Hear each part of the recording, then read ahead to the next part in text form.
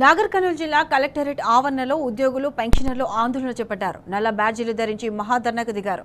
JAC chairman బావండ్ల Venkatesh ఆధ్వర్యంలో నిర్వహించిన ఈ ధర్నాకు ఉద్యోగులు, అధికారులు, ఉపాధ్యాయులు, పెన్షనర్లు, కాంట్రాక్ట్ అవుట్ సోర్సింగ్ ఉద్యోగులు భారీగా హాజరయ్యారు.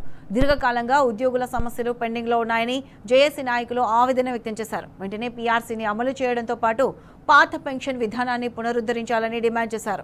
పెండింగ్లో ఉన్న 6 డిఏలను వెంటనే మంజూరు చేయాలని, ఉద్యోగులకు హెల్త్ స్కీమ్ అమలు చేయాలని కోరారు. పెండింగ్ బిల్లులను సైతం తక్షణమే విడుదల చేయాలని ప్రభుత్వాన్ని డిమాండ్ చేశారు.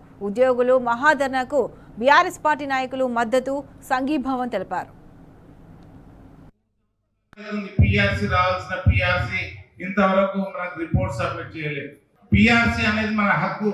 ఖచ్చితంగా 5 సంవత్సరాలకు ఒకసారి మనకు పిఆర్సీ ఇవ్వాల్సిన అవసరం ఉంది.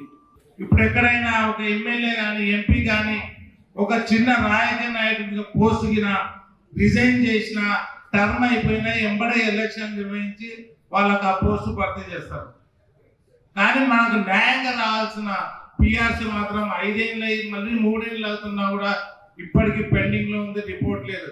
కనుక వెంటనే మనకు పిఆర్సీ రిపోర్ట్ తెప్పించుకొని ఈ నెల లోపుగానే మనకు పిఆర్సీ అమలు చేయాల్సిందిగా ప్రభుత్వాన్ని డిమాండ్ చేస్తున్నాం.